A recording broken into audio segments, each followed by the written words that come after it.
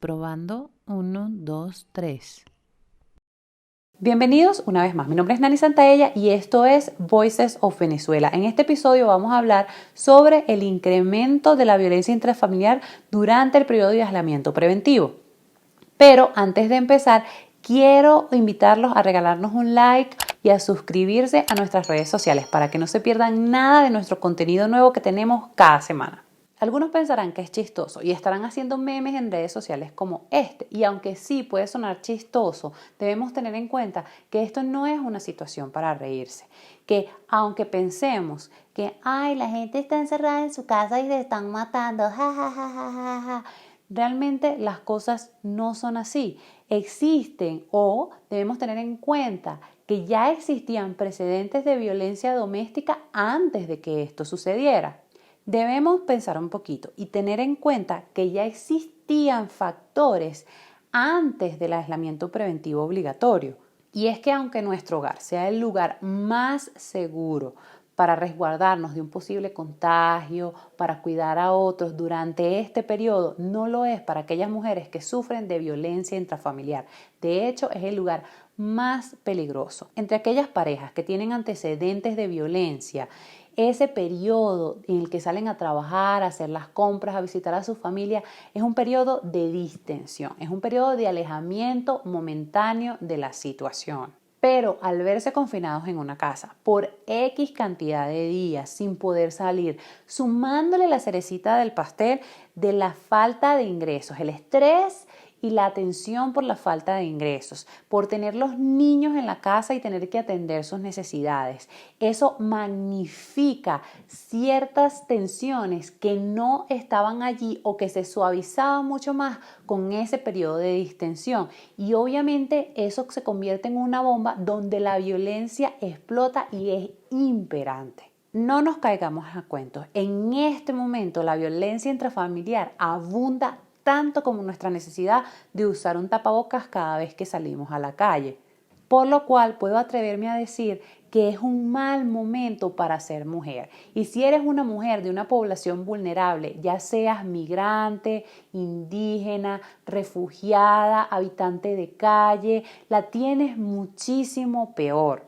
Pensemos en todos los casos que no se pueden reportar, ya sean porque tengan una pareja controladora que está encima de ellas todo el tiempo o por la falta de recursos económicos, ya que hacer una denuncia requiere de hacer una llamada. Muchísimas de nosotras podríamos estar en este momento sufriendo de abuso físico, sexual, económico o psicológico. Mujeres que pudiesen ser tu madre, tu hija, tu hermana, una vecina, una amiga. Entonces, ese argumento que tanto usaban hace algunos meses, que nos buscábamos las cosas porque nos las pasábamos en la calle borrachas y enseñando nuestro cuerpo, no es de verdad. Hoy en día muchísimas mujeres siguen muriendo, muchísimas niñas siguen siendo abusadas. Para hablar un poquito de números, nada más puedo decirles lo siguiente. Los feminicidios no paran. Nada más en Colombia, 3 mujeres murieron durante el primer día de cuarentena. En Argentina, hasta la primera quincena de abril, 17 mujeres habían muerto.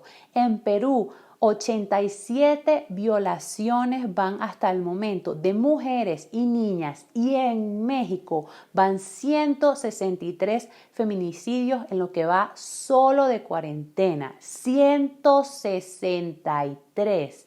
Eso es burda, nada más en un solo mes. Y eso es nada más un poquito lo que se puede contar, lo que ha logrado salir a la superficie, porque como dije antes, hay muchísimas mujeres que no pueden denunciar precisamente porque viven con una persona o un familiar o una pareja que abusa de ellas, que es controladora y que no tienen tiempo o no tienen un espacio para hacer una llamada para pedir ayuda. Para las mujeres refugiadas particularmente, como lo es en mi caso, es muy difícil salir de esas dinámicas de violencia, ya sea por desconocimiento de a dónde ir o a quién llamar, o porque simplemente en algún momento creemos o se nos considera ciudadanos de segunda que no tenemos los mismos derechos que las personas locales o que las mujeres locales. Si cuando las mujeres locales se les hace difícil conseguir ayuda en estos casos, ya que muchas veces o en la mayoría de las veces son culpadas del abuso que reciben, con excusas tan tontas como, ay, es que te lo mereces por estar fastidiando a tu marido, ay, tú sabías en lo que te metías, los hombres van a ser siempre así. No, no debemos culpar a las víctimas. Entonces, ¿qué queda para uno que es de otro país? Yo quiero decirte hoy que si te encuentras viviendo violencia intrafamiliar o conoces de alguien que esté viviendo violencia intrafamiliar, no dudes en reportarlo, no te encuentras sola. En el país donde estés existen muchísimas instancias o varias instancias a las que pudieses recurrir. En Colombia, muy específicamente, puedes llamar a la línea de emergencia nacional al 123 o a la línea púrpura en la ciudad de Bogotá y reportarlo. Ellos tienen este número y un número de WhatsApp por si no puedes llamar. Pero por sobre todas las cosas quiero hacer un llamado a la comunidad para reportar estos casos. Si estás viendo que una persona está siendo abusada en tu edificio o tu vecino de la casa de al lado, si estás viendo que una mujer o un niño están siendo agredidos en la calle o que simplemente no puedes comunicarte con una persona de la cual sospechas está sufriendo abuso, no importa si es un amigo, una conocida, un familiar, repórtalo. Es muy importante. Tal vez no puedas resolver el problema de un día para otro, pero puede que le salves la vida a alguien y tal vez con un gesto de una persona extraña puedas darle el empujón a dar el primer paso hacia una vida fuera de la violencia. Si te gustó este video y te fue de ayuda o pudiese ser de ayuda para otros, compártelo y dale like. Déjanos tus comentarios. Nos gustaría muchísimo saber en los comentarios si fuiste víctima de algún tipo de violencia, pero sobre todo cómo hiciste para salir de esa situación. Hasta un próximo video.